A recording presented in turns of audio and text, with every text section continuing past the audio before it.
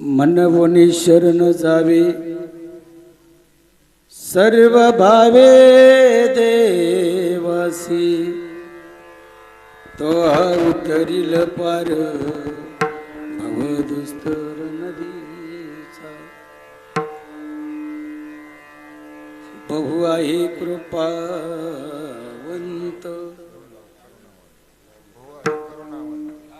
बहु आहे कृपावंत किंवा करुणावंत अनंत हे नाम जात तो उतरील पार भवदुस्तर नदीचा तो का म्हणे साक्षी आले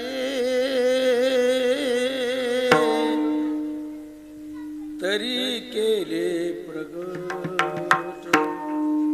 तो उतरील पार भवदुस्तर नदीचा तो उतरील पार भवदुस्तर नदीचा भवदुस्तर नदीचा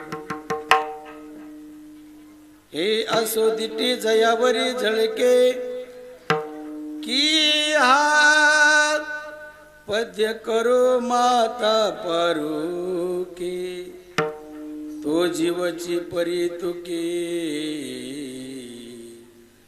महेसे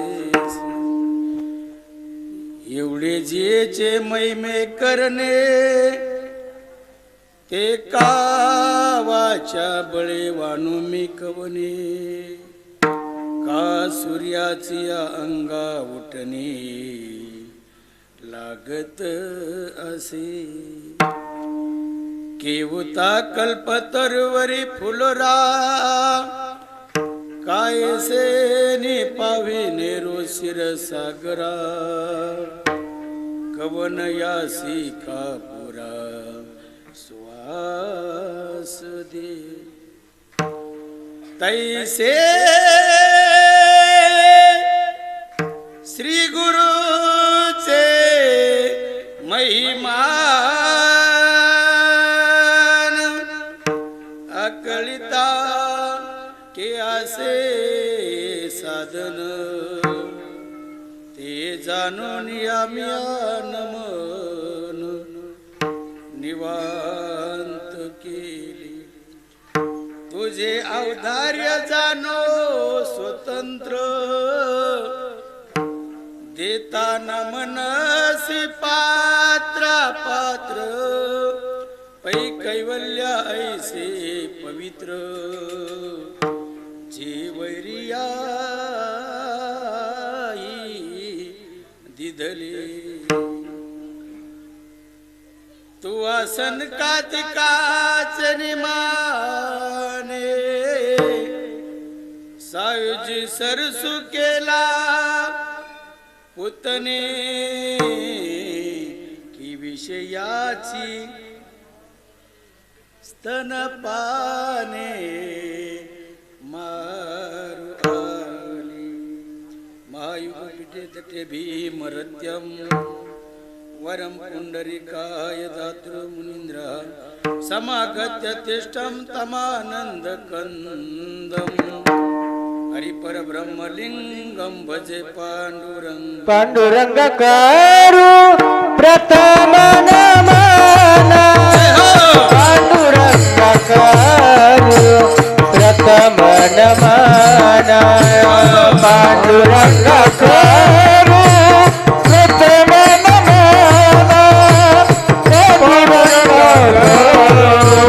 प्रथम नमन पांडुरंग करू प्रथम नमन पांडुरंग करू प्रथम नमन पांडुरंग करू प्रथम नमन पांडुरंग करू प्रथम नमन दुसरे चरण संतची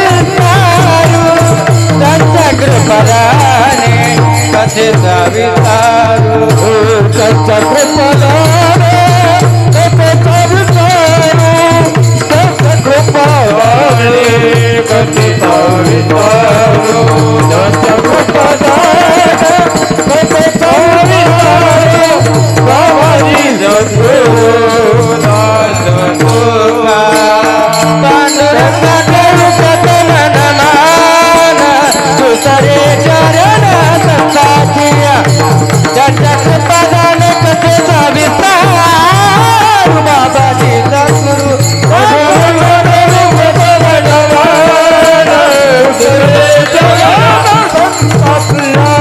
दुसरे चरण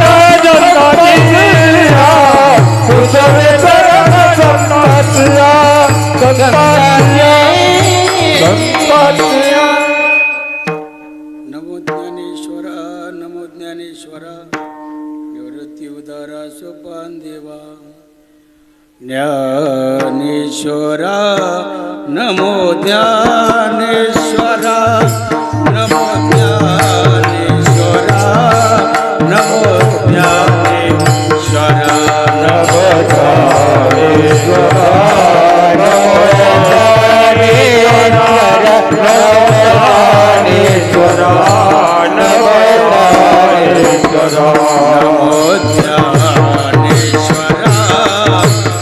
नमो ज्ञानेश्वरा नमो ज्ञानेश्वरा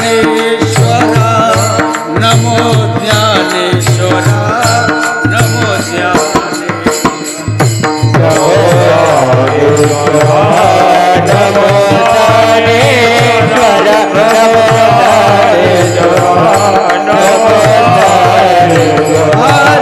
निवृत्ती उदारा सोपान देवा निवृत्ती उदारा सोपान देवा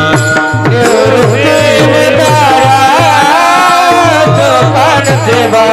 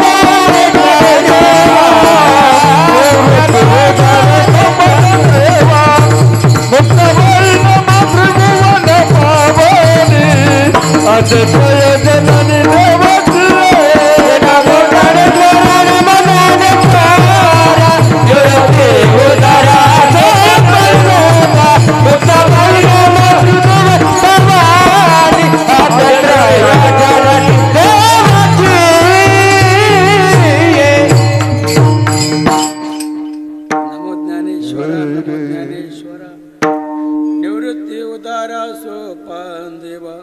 मुक्ताबाई मुक्ताबाई नमो त्रिभुवन पावली आद्यत्रे जननी देवाची प्रसूत प्राप्ती सेवेसाठी घेतलेला निवडलेला अभंग श्रीमंत श्री जगद्गुरु तुकोबराय यांचा सुंदर असा 4 चरणाचा गोड अगदी देवाबद्दलची माहिती आणि देवाला का शरण जायचं आणि शरण गेल्यानंतर तो देव आपल्याला काय करतो त्या देवासाठी काय केलं हे साधकांना जगद्गुरु तुकोबराय आपल्या समोर बसलेल्याला सांगू लागले की बाबा असा हा देव आहे की या देवाने जर तुमच्यावर माझ्यावर कृपा केली ना तर जगातलं सगळं दुःख दारिद्र्य नष्ट होतं आणि तो जीवनातला आनंद जो प्राप्त करायचा आहे ना तो मला आणि मला तो प्राप्त करण्याचं साधन म्हणजे कीर्तन परमार्थ मृदुंग टाळ विना हे सगळं साधन आहे आणि मग तुमचं आणि माझं जीवन पवित्र होतं अखंड हरिनाम सप्ताह मौजे गणेशवाडी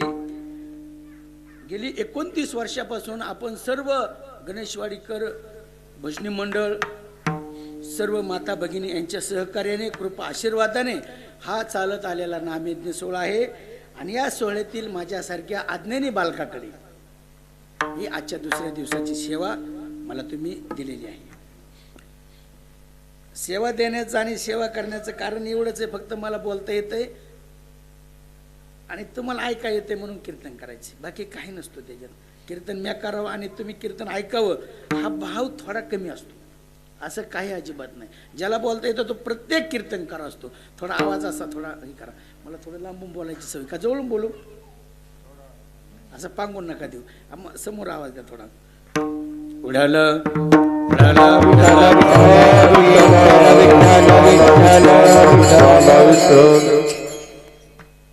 तर दुसऱ्या दिवसाची सेवा माझ्याकडे आलेली आहे. आमचे आदरणीय परमात्मा स्नेही आमचे शिवाजी भाऊ ठोंबरे आपल्या माझ्या दुकानामध्ये आले. महाराज मला एक सेवा तुम्हाला करावी लागेल.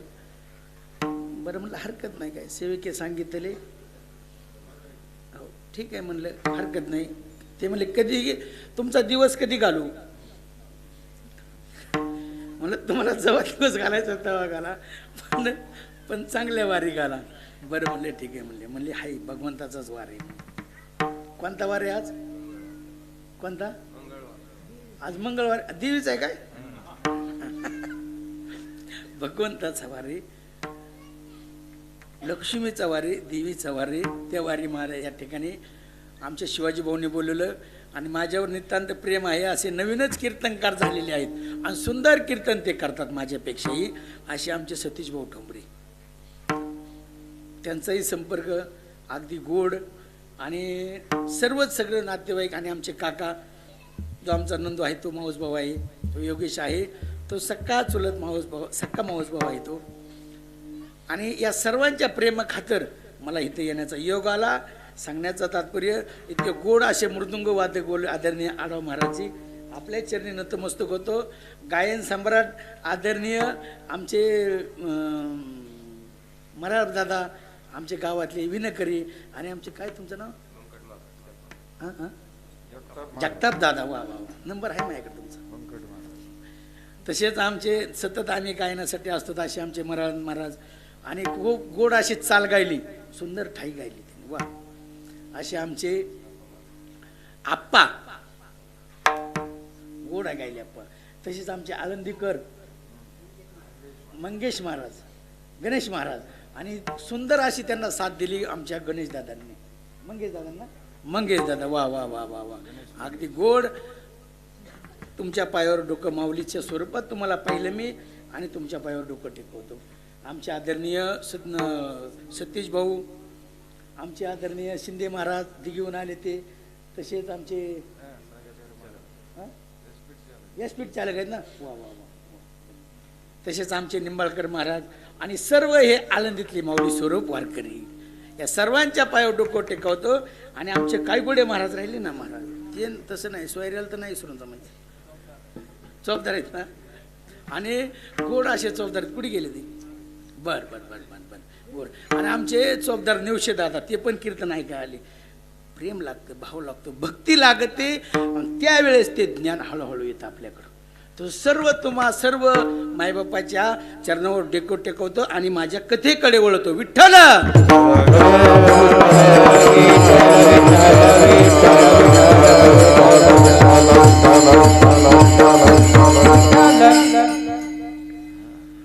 म्हणून शरण जावे सर्व भावे देवासी, तो हा उतरील पार भवदुस्तर नदीचा. या जगामध्ये ज्यांनी ज्यांनी साधना केली त्यांच्या घरीच फक्त कीर्ती, त्या कार्याचं त्या कार्यक्रमाचं जो सार्थकी लावतो ना त्याचा देह सार्थकी होतो. दादा जगद्गुरु तुकोबारायांनी गोड असं चिंतन, अगदी मी अभंगातल्या पदाचं चिंतन करणार होतो, पण काय पाहुणं म्हणलं की नदी थोडं करा बरं, असू द्या, चालता चालता कुठं तरी, खरे का नाही, का देवाचं सांगायचं. बर बर बर, उठाला उठाला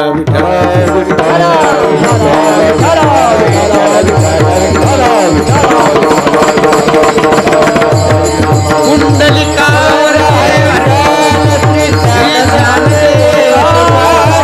पंढरीनाथ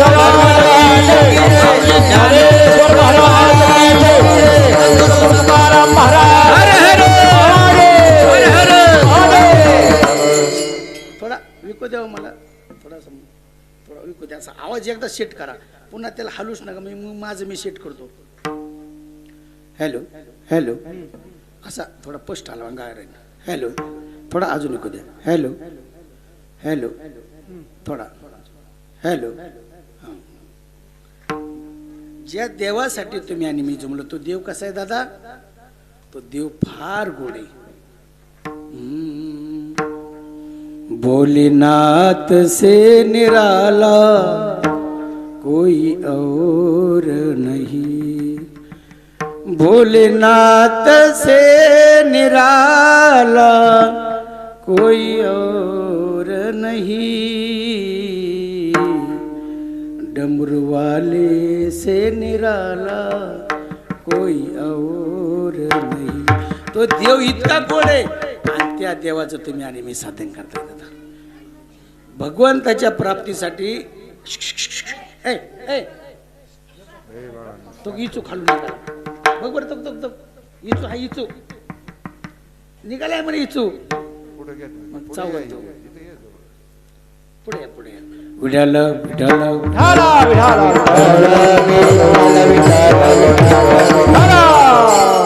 दादा, देवाचं जर भक्ती आणि देवाची जर शक्ती जाणायची असेल ना तर आपल्या अंतःकरणामध्ये देवाबद्दल पवित्र भाव पाहिजेत.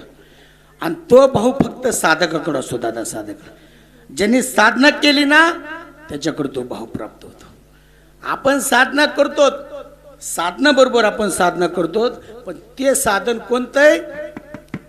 ते साधन कोणतं आहे? ते साधन नामाचं साधन आहे. हे वरपंग साधने दादा.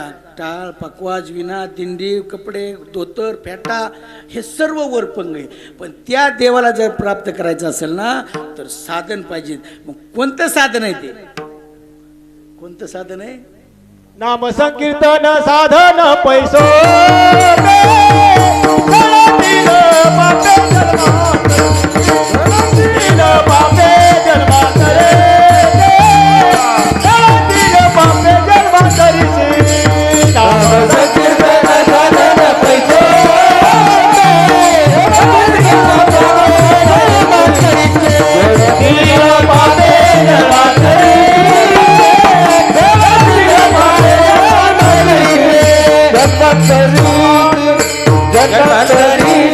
गोड महाराजांनी सांगितलं. गोड सांगितलं काय? नाम साधन, नाम कीर्तन साधन बस. जन्मांतरीची पण आपण पापच करत नाहीत. साधन सांगितलंय पण आपण पापच करत नाहीत. कोण मला सांगा इथं बसलेला पाप करतं का? मला एक तरी माणूस दाखवा की हा पाप करतो. एक सुद्धा मनुष्य पाप करण्यापासून हातभर लांब आहे. हा पाप केलं, अनेक देवांनी पाप केलं कारण ते देव होते. त्यांनी पाप केलं आणि त्या पापामुळं पापाची फळ भोगायची आली का नाही? कुणाला आली? कुणाला आली फळ? इंद्रा पडली बघ, चंद्र झाला काळा आणि नारद चुकला. वा, ते देव होते दादा. देवाला सुद्धा चुकलं नाही ते पाप भोगायचं. मग आपण तर माणसं आहेत, आपण पाप करतच नाही आणि पाप करणाऱ्याला आपण प्रोत्साहन पण देत नाहीत. पाप करण्याला आपण प्रोत्साहन देत नाही. का देत नाहीत प्रोत्साहन? कारण पाप येते दादा. हे साधन करत असताना जग महाराजांकडे आलेले साधक म्हणू लागले, महाराज तुम्ही तुमच्या देवाबद्दल खूप सांगताय, देवाला का शरण जायचं? एवढा मोठा तुम्ही खर्च करता, सर्व आम्हाला बोलवता, सर्व टाळकरी बोलवता, 10,000 रुपये त्यांना आपण देतो, महाराजांना देतो, मृदुंग. आता हे का करायचं? का करायचं? याचं एकच साधन आहे. का करायचं? की तो देवाला मला प्राप्त करायचं. ही साधन आहे, दुसरं काय नाही. साधन करायचं त्या साधनेने गेलं म्हणून शरण जावे. पण कसं?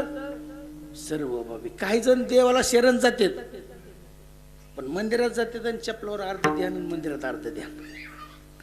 पंढरपूरला देव पांडुरंगाचं दर्शन घेतात पण दारा पैसे सोडलेली चपलीवर सगळं ध्यान असं. सांगा ना दादा, देव कसा प्रसन्न होईल? आणि ते अभंगाचं प्रथम चरण.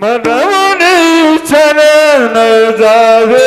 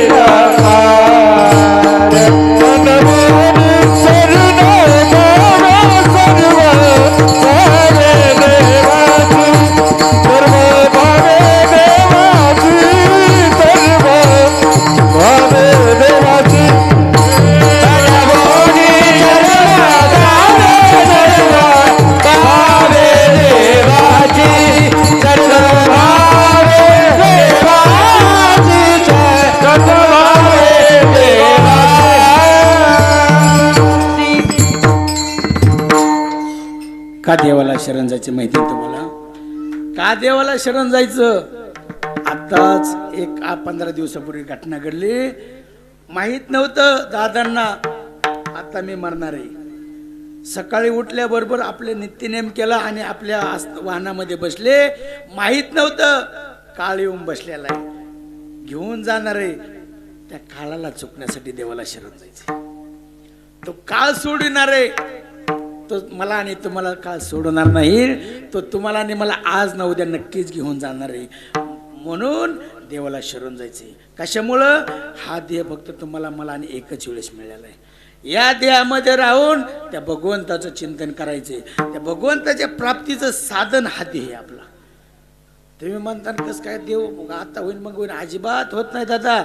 त्या देवाला शरण जोपर्यंत जात नाही ना तोपर्यंत आपल्या जीवाचा उद्धार होत नाही. कशामुळं? कारण देवाच्या हातात काहीच ठेवलं नाही. देव सगळं तुमच्या आणि माझ्या हातात आहे. आपुले आपण बस याच्यातून सुटायचं असेल तर आपल्याला सोडून करावं लागतं. कुणी येत नाही कुणाला सोडायला. फक्त तो देव आहे. तो देव फक्त त्याला सोडवतो. कुणाला? मृत्यू सुद्धा आपला देव चुकवतो. मृत्यू सुद्धा तो देव चुकवतो. पण तो काळ आहे ना, काळ जो काळ आहे. आता ऐका ना, आपल्याला साधू संतांनी एक खूण दिली. खूण आपण रोज सकाळी उठल्या कपाळाला काय लावतो दादा? उठल्या काय लावतो महाराज आपण? आपल्या माया कपाळाला काय लावले बरं? याचा कलर कसा आहे? कसा कलर? काळा कलर आहे. तो काळ त्या बुक्याचा एक निष्कर्ष दाबतोय की काळ तुमच्या डोक्यावर बसलेला आहे. तो बुक्का म्हणजे काय आहे? तो काळ आहे. आपल्याला साधू संतांनी खून करून दिली की तू बुक्का लाव. तो बुक्का लावतो या श्रद्धेने. पण तो काळ आहे तुमच्या आणि माझ्या माग. तो काळ आज ना उद्या घेऊन जाणार आहे. तो सोडणार नाही.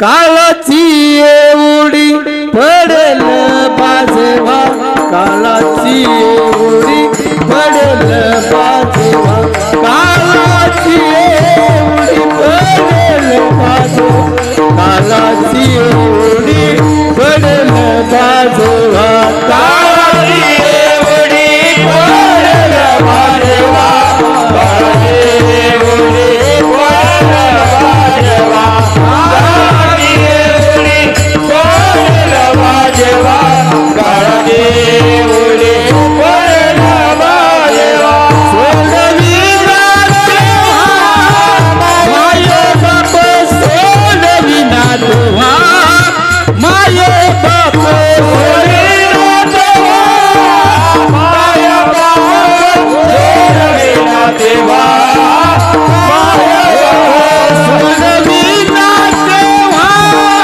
माये बाप, सोडवी ना तेव्हा माये बाप, सोडवी ना तेव्हा माये बाप, सोडवी ना तेव्हा नाशिवंत आधी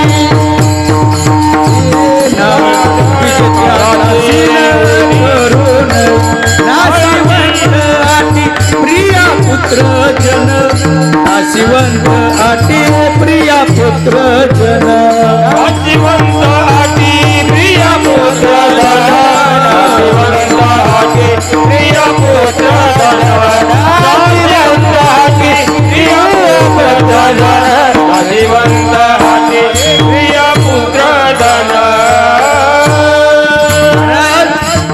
महाराज सांगत आहे नाशिव काळाची एवढी पडेल बाजेवा, काळाची एवढी पडेल बाजेवा, सोडविना तेव्हा माये बाप, सोडविना तेव्हा माये बाप, नाशिवंत आटी प्रिया पुत्र जन, विजेत्याचा सीन, विजेत्याचा सीन, विजेत्याचा सीन वाढू नये, हे वाढण्यासाठी नाही दादा. बायका पोरं संसार हे सगळं नाशिवंत आहे म्हणून देवाला शरण जायचं, म्हणून देवाला शरण जायचे. शरण जात असताना आपण सर्व भाऊ देवाला ठेवत नाही, पण मग संतांनी सांगितलं की जोपर्यंत मी सर्व भाऊ देवासमोर ठेवत नाही ना तोपर्यंत मला शरण जाता येत नाही. एका पाटलाचं लग्न होतं आणि अशाच महिला होत्या चांगल्या गावामध्ये, पण खुर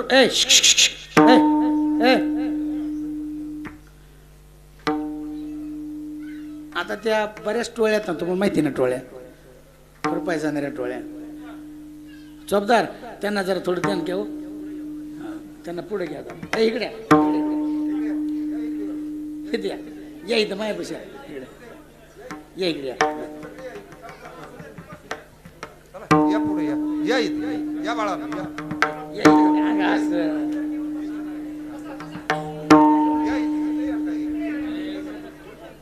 थोडं पुढे सर, अंग असं बघा. आता किती गोड दिसायला लागलं, मी अंग असं ध्यान द्यायचं, किती गोड दिसायला लागलं. ए पोरा, तुझ्या आईवर जीव करतो का बापावर? तू तुला आवडतं कोण? तुला आवडतं कोण? कोण आवडतं तुला? कोण आवडतं तुला? तुला कोण आवडतं? नाही, कुणीच नाही. कोण आवडतं? कुणीच नाही. मी आवडतो का?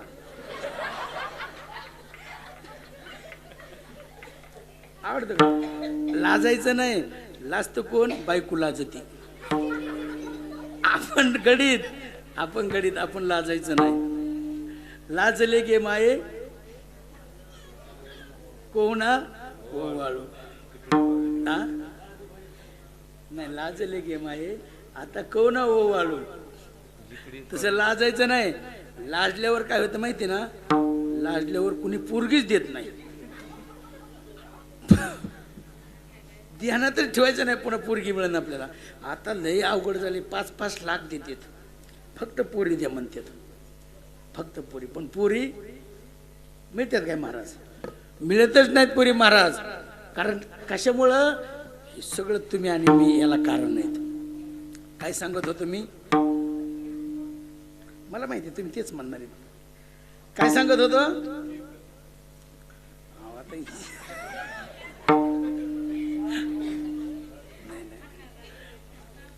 काय सांगत होता? काय सांगत होता मी? हा, काय सांगत होता? याला म्हणायचं चाट. त्या महिला गावातल्या खुरपाय जायच्या रोज मोलाने. 10-12 जणी होत्या आणि त्या 10-12 जणीमध्ये एक अध्यक्ष होता मेन. तो सगळा ठरवायचा 300 रोज का 500 का 1000 का 18,000ला एकर ते ठरवायच्या, तो अध्यक्ष. आणि ह्या रोज बाजारला जायच्या. पण एक पाटलं गावामध्ये एक पाटील होता आणि त्या पाटलाचं लग्न होतं. कुणाचं? पाटलाचं नव्हतं, पाटलाच चालतं त्या पोराचं. आणि त्या पाटीला तर पाटील म्हणलं, त्यांनी सगळ्यांना सांगितलं, अय उद्या माझ्या एकुलत्या एक मुलाचं लग्न आहे आणि त्या लग्नाला सर्वांनी यायचं बरं का. पाटलांनी सगळ्याला निरोप दिला, सगळ्याला सांगितलं. मग आता खुरपाय गेलेल्या बायाला काय, आता त्यांना सांगितलं, बाई उद्या पाटलाचं लग्न आहे, त्याला आपल्याला जायचंय. पण आपल्या गळ्यात मग डोळ्यात कानात काहीच नाही. पाटील म्हणलं तिच्या घरी श्रीमंती असेल, सगळी नटून खटून जातील, आपण तर खुरपाय जाणाऱ्या बाया, आपल्याकडे काय? पाटलीन होती, अध्यक्ष होती त्या अध्यक्ष त्या गटाची. ते म्हणले थांबा, आजचा रोज आहे किती? 500 रुपये. चला म्हणले आता उद्या सोमवारचा बाजार आहे आणि बाजाराला जाऊ आणि सोनं घेऊ म्हणले. किती? 500 रुपयाचं सोनं घेऊ म्हणले. म्हणले 500 तर काहीच यायचं नाही, खर्चलच लागत आहे. तुम्ही चला माया बरं. आणि गेल्या सोनाराच्या दुकानामध्ये 10ची 10 जणी गेले. म्हणले सोनार दादा कसं किलो सोनं आहे? कसं किलो आहे म्हणले. आता बघा 1 ग्रॅम घ्यायचा म्हणले आता किती लागत आहेत? किती? 1 ग्रॅम 15,000 रुपये. 15,000 1.5 लाखाच्या पुढे एक. आता 1.80 झालं. म्हणले किलो? हो म्हणले किलो. म्हणले नेमकं सोनं कोणतं घ्यायचंय? म्हणलं हाय तीच त्या दुकानातलं. ते म्हणलं हे बँटेक्स आहे, हे खरं आहे. कोणतं घ्यायचं? ते म्हणले बँटेक्स, ती लई चमकत आहे, ती द्या. आणि 500 रुपये किलोनी 1 किलो, 10 जणींनी 10 किलो सोनं घेतलं. आणि प्रत्येकीने आता 1 किलो सोनं घेतलं. सांगा ना किती हार होते गळ्यात? मग कुणीने चप्पल हार केला, कुणीने कुणी एकीने ते कानातली मुडकं केली. मुडकच ना, कुडकं थांबा. एकीने ती लांब लांब इथवर अशी फुलं झोपत ती केली. ह्या कानात 2, ह्या कानात 2, वर हिथं पुरं बांधली अशी कुड. काय म्हणते ह्याला? वरची वाकडी कुडकं. पुन्हा मुरणी. पुन्हा त्या अध्यक्ष होती तिने अशी इतकी मोठी नतच केली अशी आडवी. बाबा आता म्हणली. आणि काय सांगा महाराज, इतक्या बाया काळ्या होत्या पण इतक्या उठून दिसायला लागल्या. आता खुरपाय जाणार आहे म्हणलं, सांगा ना. आणि त्यांनी विचारलं, म्हणते आता उद्या पाटलाचं लग्न, हे सगळं घालून जायचं. आल्या घरी सगळं साहित्य घेतलं, सोनं नाणं घेतलं आणि घरी आल्या बसल्या. सकाळच्या बाहेर निघाल्या. एक गावात जी बोला आता इतके मोठे वरात नाही जायचं म्हणले. हे म्हणलं आम्हाला सेपरेट गाडी करा, आमच्या अंगावर सोनं आहे. या 10 बायांनी यांचं डुकडुक होतं ना, चल म्हणले. जवळच 40 किलोमीटर गाव होतं. त्या गावाचं नाव आता नाही देणार म्हणलं, नाही तर मोकार तुम्ही जाताना तिथं. लग्न लावलं, लग्न सुरू झालं. पण ह्या बाया गेल्यावर सांगा ना आता 5 बोटातल्या 5-5 अंगठ्या. आम्ही आलो, सगळे लोक वरात बघायला लागलो ना. ती वरमाय म्हणायला लागली, मी नवर देवाची आई असून मला इतकं सोनं नाही. ह्यांनी आणलं नेमकं कुठून? बाबा वरमाई बघते, वर बाबा बघते. आणि ह्या नुसत्या ही कुंपळ ती कुंपळ, ही कुंपळ. आता पाहुण्यांना काय माहिती ह्या पाहुण्यात का नेमक्या खुरापणाऱ्यात. म्हणले असते ना, आता पाटलाचं लग्न म्हणलं काय ते पाहुणं सुद्धा मोठंच असते ना. विचार केला त्यांनी आणि म्हणजे ठीक आहे. पण ऐका ना, आता गड्या असल्यावर गड्यांनी बायाकडे सोनं नाणं पूर बघितलं. पण त्या लग्नामध्ये काय सगळी चांगलीच येते का? 4-5 जणांनी हरले ना, आणि लग्न 6 वाजता संध्याकाळचा दिवस मोडायचा. हा म्हणले पाटलाने लय उपकार केला आमच्या. महाराज लग्न झालं आणि आता वराड निघालं. शबाया ठुम जेवल्या आणि जेवल्या होता म्हणले ए चल म्हणले. चल म्हणले की ते 5-6 जणांची हेरलं होतं ना, नेमका ते रुक्माईचा घाट आला. आष्टीच्या अलीकडे रुक्माईचा घाट म्हणजे त्याला त्या खिंडीत आला. आणि खिंडीत आल्यावर त्या गाडी मोटरसायकल त्यांनी पुढे आडव्या घातल्या जिबला. ए गाडी थांबव. ड्रायव्हरच्या तर खालूनच पायापासून डोक्यापर्यंत घाम आला. म्हणलं आता काय खरं नाही. आड म्हणले काय उतरा खाली उतरा. आता एक तर ती पाटील लाटा लाटा लाटा लाटा कापायला. आता म्हणली काय खरं नाही. लाटा लाटा कापायला लागली. म्हणली काय काढा पाटा पाटा, नाहीतर पहिला आल्यावर रट्टा दिला त्या पाटणीला ते जोराने ठोक्यात पाटील. मग बाकीची बिली. म्हणले काय काय पाटा पाटा पाटा का किती तर कानच तोडला. म्हणले फक्त मी घेऊन जा, फक्त मारू नका, फक्त मारू नका आम्हाला. काढ सगळं काढ पाटल्या. इलाज नाही म्हणले जाऊ दे आता गेलं गेलं म्हणले. त्या ड्रायव्हरला म्हणले तुझ्या ड्रायव्हर म्हणला मी पाया पडतो लय मार खाल्लाय म्या, पण फक्त आता हाणू नका. म्हणलं का? म्हणले लय मार खाल्लाय फक्त. म्हणले तुझ्याकडे काय? म्हणले हो का 10,000 रुपये माझ्याकडे. आणि खरं 10,000 होतं त्याकडे. ह्यांच्याकडे काय होतं? आणि मग आता ती हाणल्या वेळेला म्हणले पुन्हा सोनं काढतून 2 ठोक हाणलं निघाले. पण ती ती जी मेन काटाचे अध्यक्ष होते ना, ते म्हणले त्या म्हणले ते ए चोरा जा जा म्हणली, बेंटेक्स तर आहे. आता सांगा आता चोर काय करते सांगा तुम्ही. इतका त्रास झाला त्यांना काढायला आणि हाणायला. पहिला पळत पळत आला. असली पाटली हिरवीगार आणली, इतकी हाणली की पुन्हा पाटलीनेला उठता सुद्धा येणार. आणि तो ड्रायव्हर गेला पळून पैसे देऊन. ही त्या पाटलीला कर. मग कशामुळे हा लाभ झाला? कशामुळे लाभ झाला? तो खोट केल्यामुळे. द्रव्याची या मागे कळी काळाचा लाग. आणि म्हणून या संघ काय खोटा त्याचा.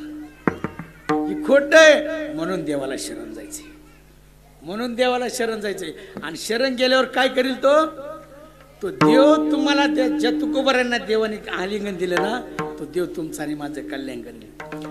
देव माझा देव माझा देव माझा माझा देव माझा मी देवाचा देव माझा देव माझा देव माझा देव माझा मी देवाचा देव माझा देव माझा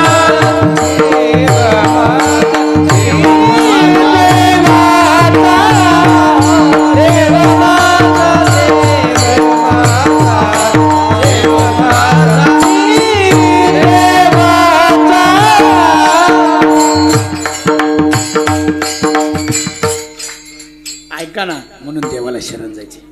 तो देव माझा आहे आणि माझ्या देवाला मी शरण जायचे. म्हणून शरण जावे. पण कसं कसं जायचंय? सर्व भावाने. ते ह्याच्यासारखं जायचं नाही. कशासारखं? मोकळ्या हाताने कधी जायचं नाही. देवाकड भावाकड आणि गावाकड कधीच मोकळ्या हाताने जायचं नाही. जिथं आकडा आहे ना तिथंच महाराज काय, तिथंच महाराज तो गुततो. आकडा माशाला आम्ही दाखवलं, मासा त्या मांसाला चिटकून तो आकडा. तो देव आहे. देव आकडायला साधन एकच आहे. ते साधन कोणतं साधन आहे? आवडे देवासी तो ऐका प्रकार. आवडे देवासी तो ऐका प्रकार. आवडे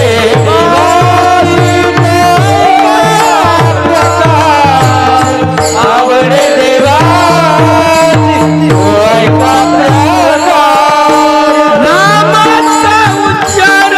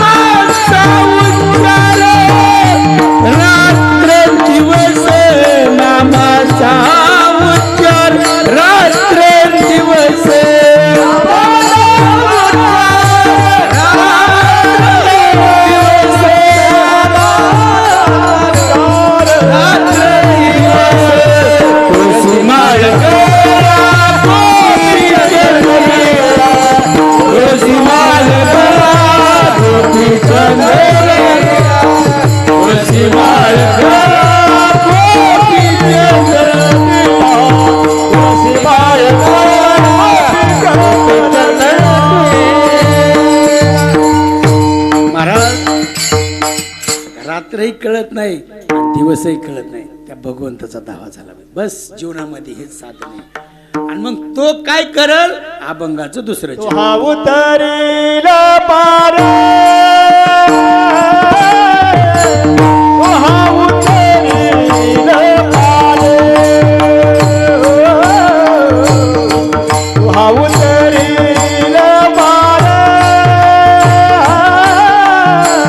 तो हा उतरील पार, तो हा उतरील पार,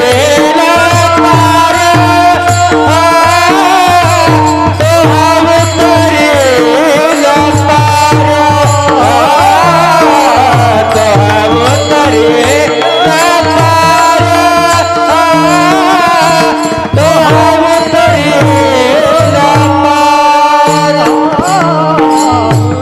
उतरील पार, तो हा उतरील पार, तो हा उतरील पार, तो हा उतरील पार, तो हा उतरील पार, तो हा उतरील पार, तो हा उतरील पार, तो हा उतरील पार, तो हा उतरील पार, तो हा उतरील पार,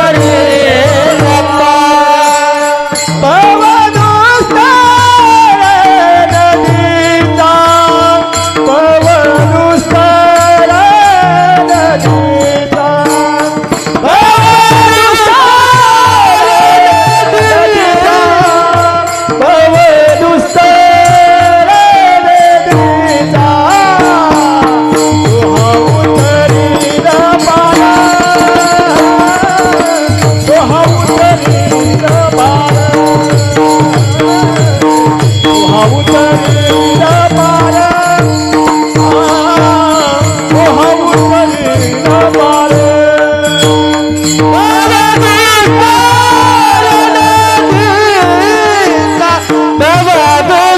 पवनुस्तर नदीचा, पवनुस्तर नदीचा, पवनुस्तर नदीचा, तो हा उतरील पार, तो हा उतरील पार, तो हा उतरील पार, तो हा उतरील पार. महाराज अभंगाच्या दुसऱ्या चरणा सांगतात, तो हा उतरील पार, भवदुस्तर नदीचा, भवदुस्तर नदीचा, तो हा उतरील पार. भवदुस्तर मला थोडं कधी हे महाराज असं वाक्य संपलं थोडं त्याचं, काय तुम्हाला थोडं मिसगाईड होते. तो हा उतरील पार आणि भवदुस्तर नदीचा मारा. वा, छान छान छान छान. मग जगद्गुरु तुकोबरायकडे आलेले साधक म्हणू लागले, महाराज तुम्ही म्हणताय तो देव सर्व दुःख दूर करतो, तो भाव उतरतो, तो जगाचं कल्याण करतो, जगासाठी काही पण करतो, असं एखादं उदाहरण आहे का तुमच्याकडे? असं एखादं पुरावा आहे का? जगद्गुरु तुकोबराय म्हणले, अरे वेड्या, अशी लाखो उदाहरण आहेत माझ्या देवाने उद्धार केलेला. अरे अशी लाखो उदाहरण आहेत की माझा देवाने सगळ्याचं दुःख दूर केलं. साधक म्हणू लागले, महाराज असं कोणतं उदाहरण आहे की आम्हाला थोडं पटवून सांगा. तर त्यावेळेस महाराजांनी गोड असा एक पुरावा दिला. पुरावा काय दिला? जो आयुष्यभर दुःखी होता, ज्याची 4-4 दिवस घरामध्ये चूल पेटत नव्हती, ज्याच्या घरामध्ये अन्नाचा कण नव्हता, पण तो देवाचा त्या ठिकाणी मित्र होता. त्याचं नाव काय? तो देवाचा मित्र होता. कोण? सुदामा. आयुष्यभर फक्त देवासाठी दुःख भोगलं दादा. आयुष्यभर दुःख भोगलं, पण त्यावेळेस सुदाम देवाला आपली बायको म्हणली, अरे देव, अहो पतिदेवा, तुमचे सर्व मित्र देव धर्म तुम्ही करताय, आयुष्यभर भजन करताय, तरी तुमच्या घरामध्ये दुःख काय येतंय? कशामुळे दुःख? तुम्ही देवाची भक्ती करताय म्हणून तुम्हाला सुख पाहिजेत ना, मग कशामुळे तुम्ही हे करताय? देवाला जाऊ दे ना. जर देव तुमचं कल्याण नसेल करत तर देवाबद्दल तुम्ही का भाव ठेवता, का देवाची पूजा करता? त्यावेळेस सुदाम देवाने आपल्या पत्नीला उत्तर दिलं. आणि त्या पत्नीचं नाव काय? सुदाम देवाच्या पत्नीचं नाव ऐका, सुशीला. आणि सुशीलाला त्यावेळेस सुदाम देव म्हणू लागले, अगं तुझ्या एवढ्या पवित्र अंतःकरणामध्ये, एवढ्या पवित्र विचारामध्ये हे वाईट विचार का आले? अगं तो माझा देव आहे, तो ठरवला आज काय करायचं ते. आपल्या पत्नीच्या मनातलं दुःख जाणलं सुदाम देवाने, पण म्हणले, अगं देव मला काही देईल, पण मी देवाला मागत नाही. काय देईल देव तुमचा? देव काही देईल, पण मला मागण्याची माझी लायकी नाही.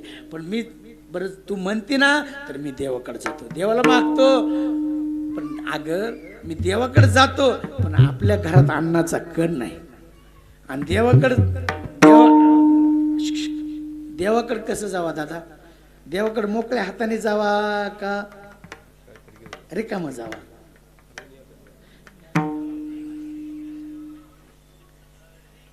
देवाला काहीतरी द्यावं लागतं तेव्हा. तिथं आहे, तिथं आहे. देवाला फुलं तिथं आहेत, ती आपलं वरची येते झाली, पण देवाला अंतःकरणातला भाव द्यावा लागतो. आधी देशी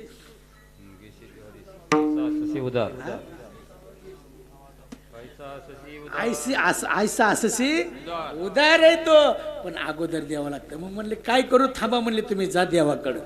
शेजारी पाजारी पळत पळत गेली दादा सुशीला, आणि 4 घरून मुठभर पोहे आणले. 4 ठिकाणचे का आणले? कारण 4 ठिकाणचं काम, क्रोध, मद, मत्सर, अहंकार, मितपणा त्या पोह्यामध्ये होता दादा. घेतले, देवाकडे जायचंय. महाराज पिशवी सुद्धा नाही देवाकडे न्यायला. आपल्या फाटक्या धोत्रामध्ये सुदाम देवाने ते पोहे बांधले आणि कुठं निघाले? जिथं माझा देव राजा होता त्या नगरीला निघाले. सांगा ना, हजारो किलोमीटरचं अंतर. पण दादा देवाच्यावर फक्त भाव ठेवला ना, मग फक्त शरण जावं लागते. त्याला कसं जावं लागतंय? म्हणून शरणच आहे. देवावर भाव ठेवला. अरण्यातून सुदाम देव निघाले, पायामध्ये चप्पल नाही दादा.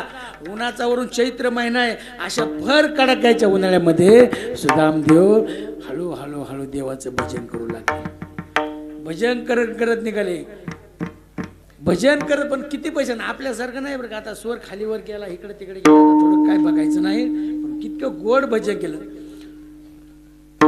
हरे राम हरे कृष्ण कृष्ण कृष्ण हरे हरे, हरे राम हरे कृष्ण कृष्ण कृष्ण हरे हरे, हरे कृष्ण हरे हरे, हरे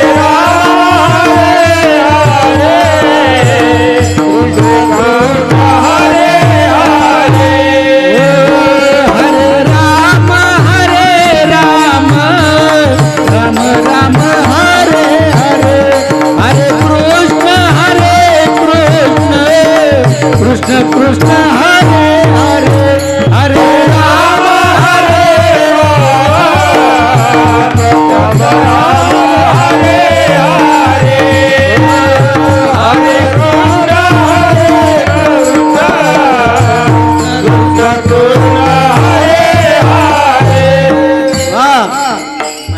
देवाकड एवढं आनंदाने गोड भजन करत गेले आणि तो देवाने भाव जाणला दादा. दिवस मोळा गेला. देवाने म्हणले माझा भक्त आलाय, आणि डोळं झाकलं. सुदाम देवाने तसंच पोटामध्ये अन्नाचा कण नाही, व्याकुळ झाले आणि माझ्या भगवंताने द्वारकी येऊन बघितलं. क्षणाचाही विसर न केला आणि एका क्षणामध्ये सुदाम देवापाशी माझा देव आला. देवाने सुदाम देवाला उचललं आणि जिथं सोन्याची नगरी होती ती द्वारका. एका क्षणात द्वारकेला नेऊन ठेवलं आणि नेऊन ठेवलं. देव आसनावर जाऊन बसले.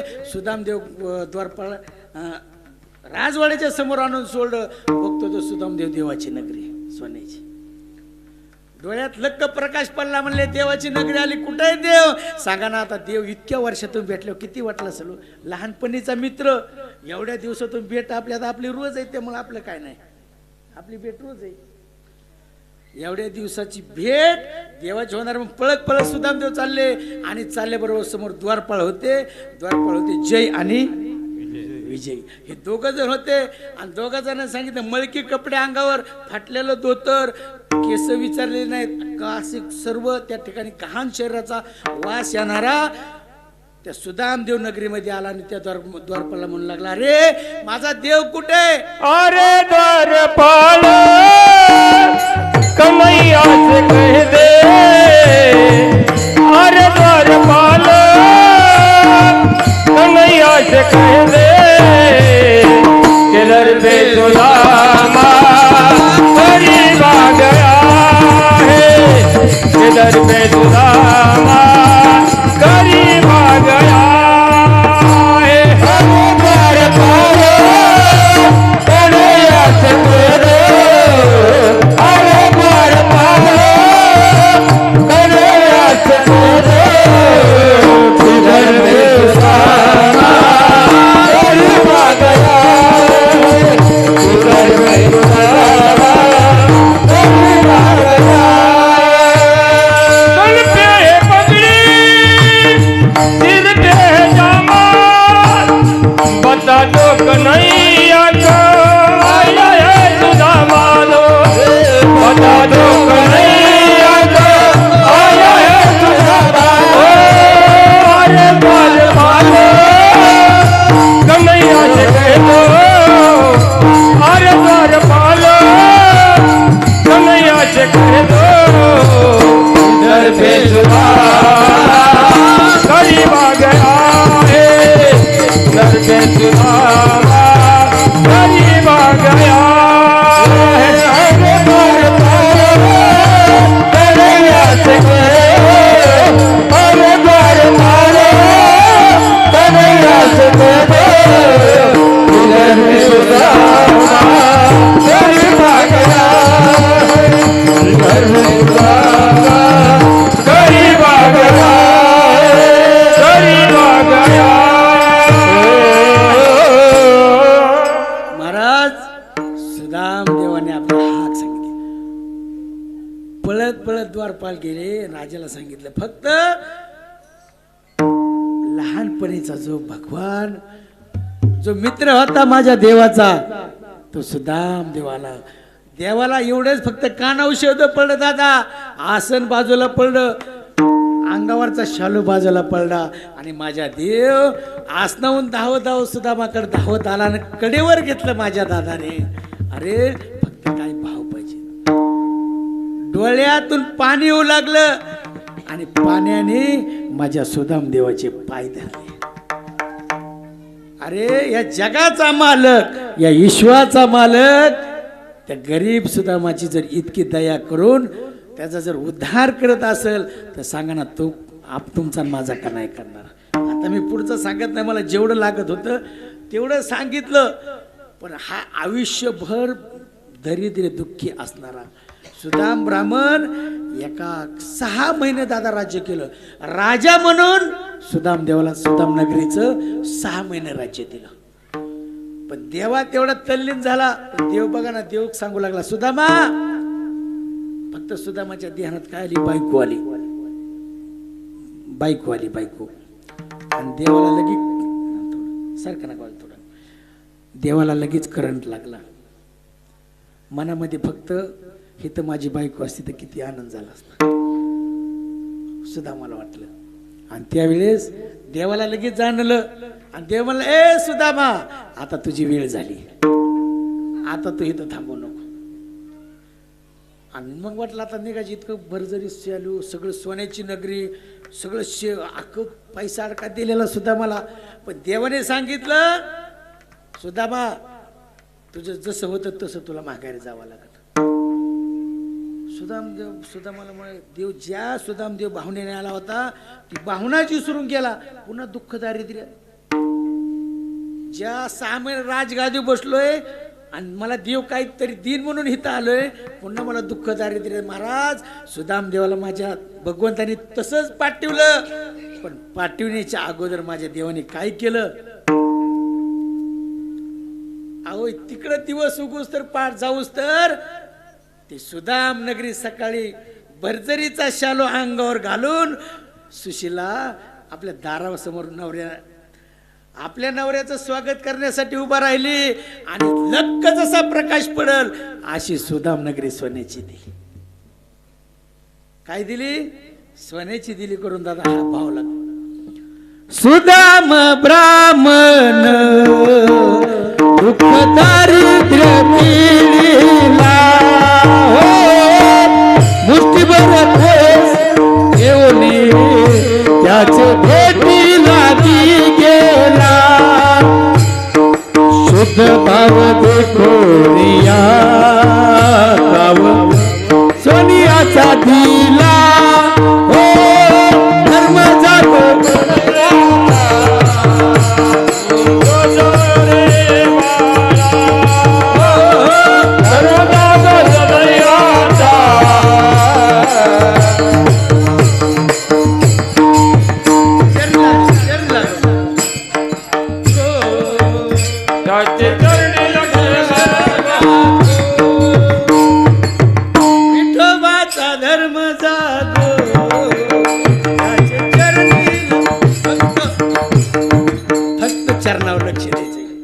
चरणावर लक्ष. तो देव आहे, तो क्षणात काय करेल ते काय काय सांगते तुम्हाला. तो देव कसा आहे? कसा देव आहे तो? बहु आहे करुणावंत, बहु आहे करुणावंत, बहु आहे करुणावंत,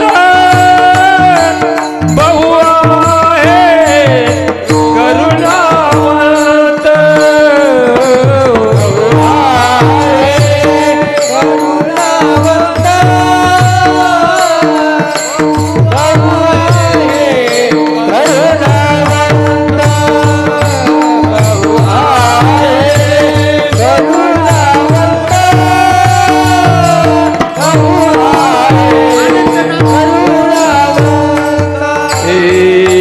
आनंद हे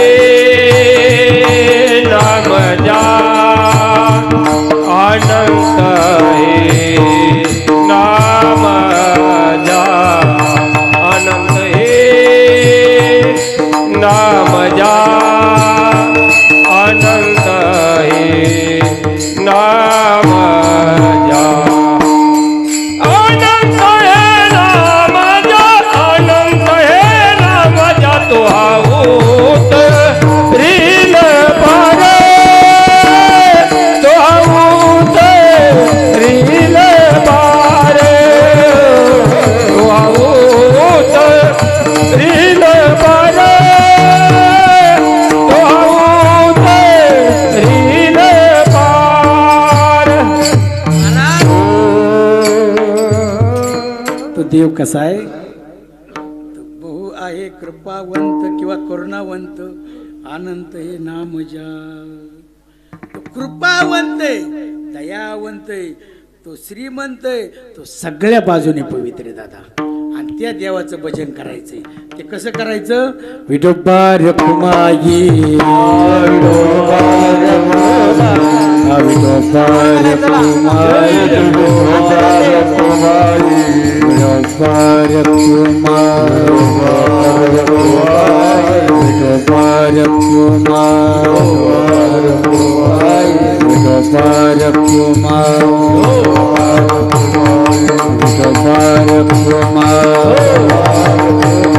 विठोबा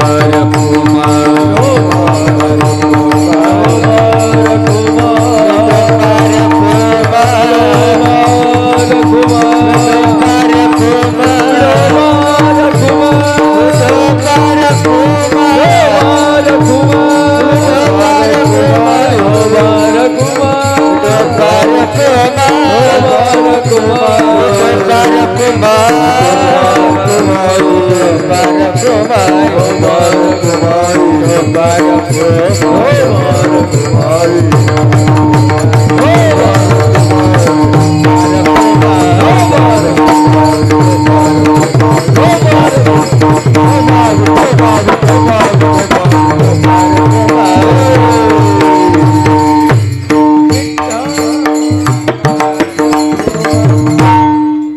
महाराज देव माझा खूप खूप पवित्र आहे तो देव एका ठिकाणी नाही तो देव बहु कृपावंत आहे तो फक्त त्याला कृपा करण्यासाठी आपण पात्र झालं पाहिजे खरे का नाही महाराज तो कृपावंत आहे दयावंत आहे फार आनंदित देव कसा आहे तो अनंत रूपे अनंत वेश देखले मैं त्यासी वापर कुमादेवी वापर कुमादेवी पुणे बाणी कैसे अनंत रूपे अनंत वेश देखले मैं त्यासी वापर कुमादेवी वापर कुमादेवी पुणे बाणी कैसे देखिला माया देवाचा देव देवाचा देव विठला संदेह विठला संदेह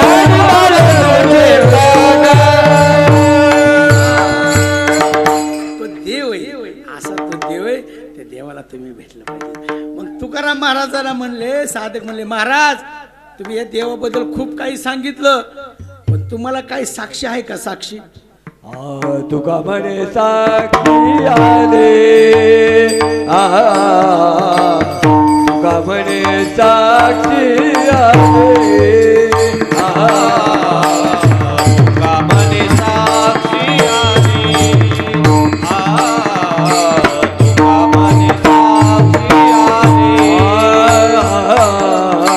तुका म्हणे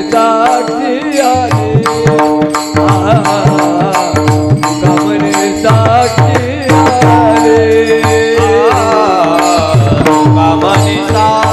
आले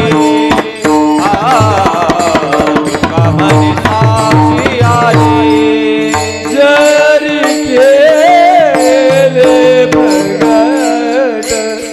जरी केले प्रगट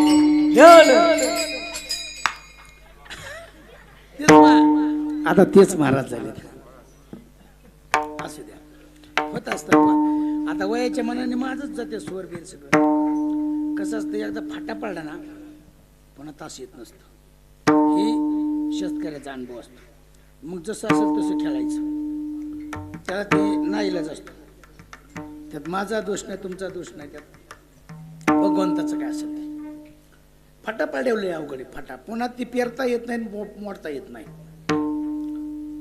असे म्हणून तुकाराम महाराजाला म्हणले तुम्हाला काय साक्ष आहे का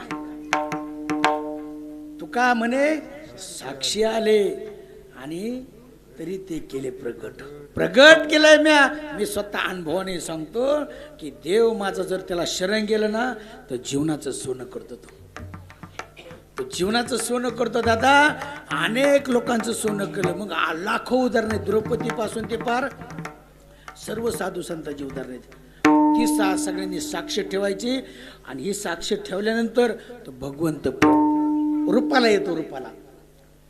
नाही तर देव देव देव देव म्हणून काही होत नाही. देव देव म्हणून तो भेटत नाही, जात नाही, नुसता खर्च.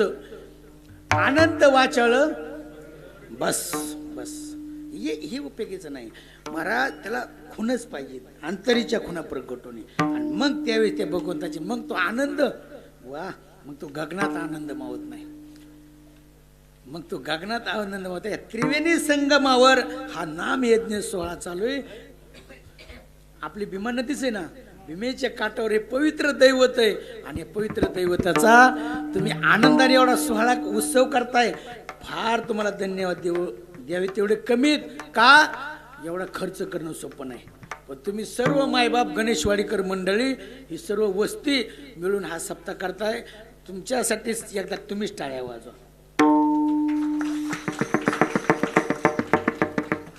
आनंद आहे वा, गोड वाटलं. अगदी माझी वेळ निर्धारित संपून गेली. कीर्तन 9:30ला सुरू झालं, त्या 7:30ला झालं, पण मला 9च्या पुढे जायचं नाही. पण 5 मिनिटं गेलं, त्यामुळे तुमची क्षमा मागतो आणि झालेली सेवा याच ठिकाणी थांबवतो. ज्ञानेश्वर ज्ञानराज माऊली तुकाराम, ज्ञानेश्वर माऊली, ज्ञानराज माऊली तुकाराम. विठ्ठल जय जय विठ्ठल. बोलिले